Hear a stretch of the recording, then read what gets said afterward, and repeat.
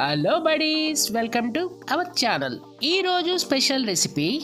చిన్నప్పుడు మా అమ్మ చేసే పెరుగు పులుసు ఉండేది చూడండి, నిజంగా వేరే లెవెల్. అంతే, ఆ రుచితో ప్లేట్లు ఖాళీ చేసేవాళ్ళం.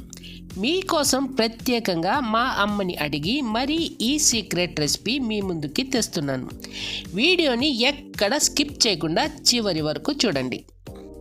మొదట ఒక 400 నుండి 500 గ్రాము పెరుగు మిక్సీ జార్లో వేసుకొని పలుచగా గ్రైండ్ చేసి పక్కన ఉంచుకోవాలి. ఈ రెసిపీ కోసం పెరుగు కాస్త పుల్లగా ఉంటే బాగుంటుంది. చూడండి, ఈ కన్సిస్టెన్సీలో గ్రైండ్ చేసి పక్కన ఉంచుకోవాలి. తర్వాత ఓ కప్పులో 2 స్పూన్లు శనగపిండి యాడ్ చేసుకొని 100 ml వాటర్ పోసుకొని లంప్స్ లేకుండా కలిపి పక్కన ఉంచుకోవాలి. తర్వాత స్టవ్ వెలిగించి ఓ కుక్కర్ పెట్టుకొని 2 నుండి 3 స్పూన్లు ఆయిల్ యాడ్ చేసుకొని 1/2 స్పూన్ జీలకర్ర, 1/2 స్పూన్ ఆవాలు, 1/2 స్పూన్ పచ్చి శనగపప్పు, ఓ ఎండుమిరపకాయ యాడ్ చేసుకొని ఆవాలు చిటపటలాడిన తర్వాత ఇంచు అల్లం సన్నటి తరుగు, 5-6 వెల్లుల్లి రెబ్బలు సన్నటి తరుగు, 5 పచ్చిమిర్చి చీలికలు యాడ్ చేసుకొని 1/2 నిమిషం పాటు వేయించుకోవాలి.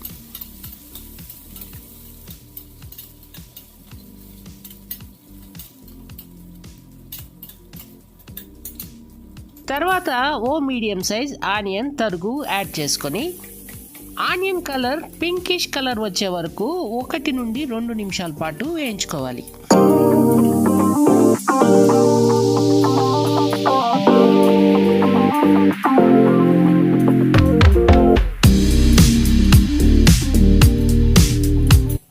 ఈ కన్సిస్టెన్సీలో ఆనియన్ వేయించుకున్న తర్వాత 1 కప్పు మీడియం సైజ్గా తోలు తీసి కట్ చేసుకున్న అరటికాయ ముక్కలు యాడ్ చేసుకొని 1/2 కప్పు క్యారెట్ మీడియం సైజ్ ముక్కలు యాడ్ చేసుకొని 1 చిన్న సైజ్ టొమాటో యాడ్ చేసుకొని 1 నుండి 2 నిమిషాల పాటు వేయించుకోవాలి. వెజ్జెస్ ఇవే కాకుండా మీకు నచ్చినవి కూడా యాడ్ చేసుకోవచ్చు. బెండకాయ కానీ, సొరకాయ కానీ, దోసకాయ కానీ, గుమ్మడికాయ కానీ, వీటిల్లో ఏదైనా యాడ్ చేసుకోవచ్చు. తర్వాత ఓ నిమ్మ కరివేపాకు, తగినంత ఉప్పు, 1/2 స్పూన్ పసుపు యాడ్ చేసుకొని ఒకసారి బాగా మిక్స్ చేసుకోవాలి. తర్వాత 100 ml వాటర్ యాడ్ చేసుకొని కుక్కర్ మూత పెట్టేసి 1 విజిల్ ఉడికించాలి.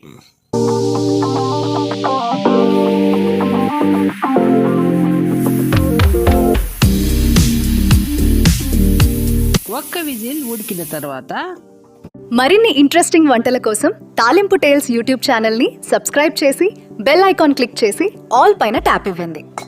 కుక్కరు పూర్తిగా చల్లారనిచ్చి కుక్కర్ మూత తీసుకొని చూడండి, ఎంత సులభంగా అరటికాయ ఉడికిపోయింది. 1 విజిల్ పెడితే ఈజీగా ఉడికిపోయింది. తర్వాత కలిపి పక్కన ఉంచుకున్న శనగపిండి నీళ్ళు యాడ్ చేసుకొని మరో 150 ml వాటర్ యాడ్ చేసుకొని 1 నుండి 2 నిమిషాల పాటు కలుపుతూ ఉడికించాలి. శనగపిండి వేసాం కాబట్టి ఏమాత్రం కలపకపోయినా కూర మొత్తం అడుగంటేస్తుందని గుర్తుంచుకోవాలి.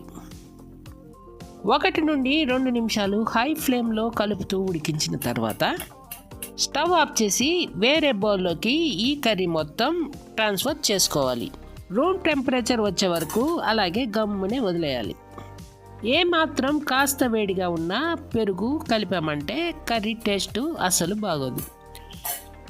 ఈ కర్రీ రూమ్ టెంపరేచర్లోకి వచ్చిన తర్వాత గ్రైండ్ చేసి పక్కన ఉంచుకున్న పెరుగు యాడ్ చేసుకొని బాగా ఒకసారి మిక్స్ చేసి షో తట్ల కోసం అంటే గార్నిష్ కోసం కాస్త క్యారెట్ తురుము యాడ్ చేసుకొని కొద్దిగా కొత్తిమీర తరుగు యాడ్ చేసుకొని రైస్తో కానీ రోటీస్తో కానీ పెరుగు పులుసుని ఎంజాయ్ చేయండి.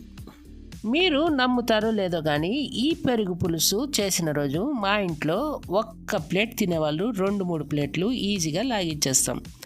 అంత రుచిగా ఉంటుంది ఈ పెరుగు పులుసు. మీకు నచ్చింది అనుకుంటున్నాను. చూడండి ఎంత క్రీమీగా ఉందో మన పెరుగు పులుసు. నోట్లో లాలాజలం ఊరిపోతుంది కదూ. మా వీడియో కనుక మీకు నచ్చితే ఒక లైక్ ఇచ్చి మీ ఫ్రెండ్స్కి షేర్ చేయండి. డోంట్ ఫర్గెట్ టు సబ్స్క్రైబ్ తాలింపు టేల్స్ యూట్యూబ్ ఛానల్.